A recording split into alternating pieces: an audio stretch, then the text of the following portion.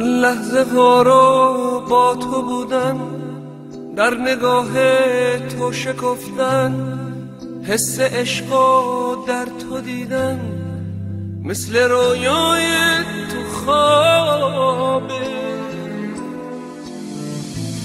با تو رفتن، با تو موندن، مثل قصه تو رو خوندن، تا همیشه تو رو خواستن، مثل تشنگی آبه. اگه چشمات منو میخواست، تو نگاه تو میمردم. اگه دستات مال من بود، جون به دستات میسپردم. اگه اسممو میخوندی، دیگه از یاد نمیبردم. اگه با من تو میموندی، همه دنیا رو میبردم. بی تو اما سر سپردن، بی تو و عشق تو بودن، تو با بار جاده موندن. بی تو خوب من محاله،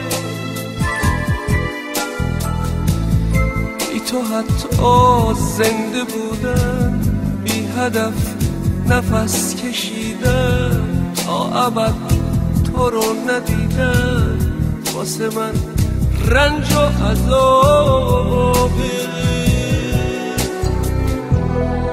اگه چشمات منو میخواست، تو نگاه تو میمردم. اگه دستات مال من بود، جون به دستات میسپردم. اگه اسممو میخوندی، دیگه از یاد نمیبردم. اگه با من تو میموندی، همه دنیا رو میبردم.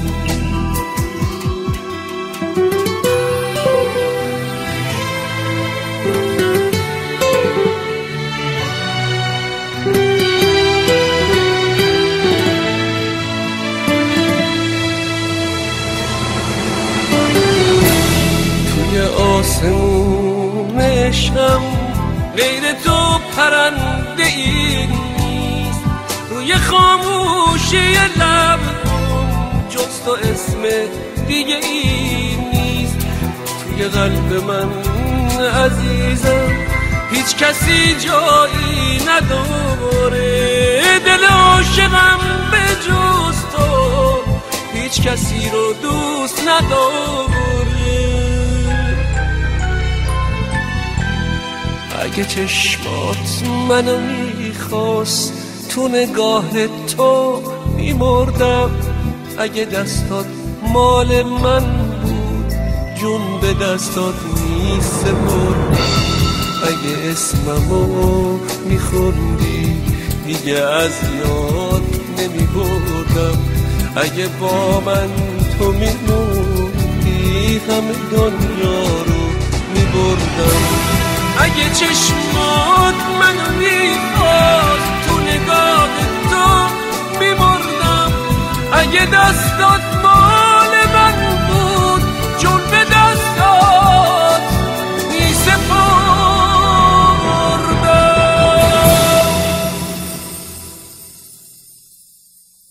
لحظه ها رو با تو بودن،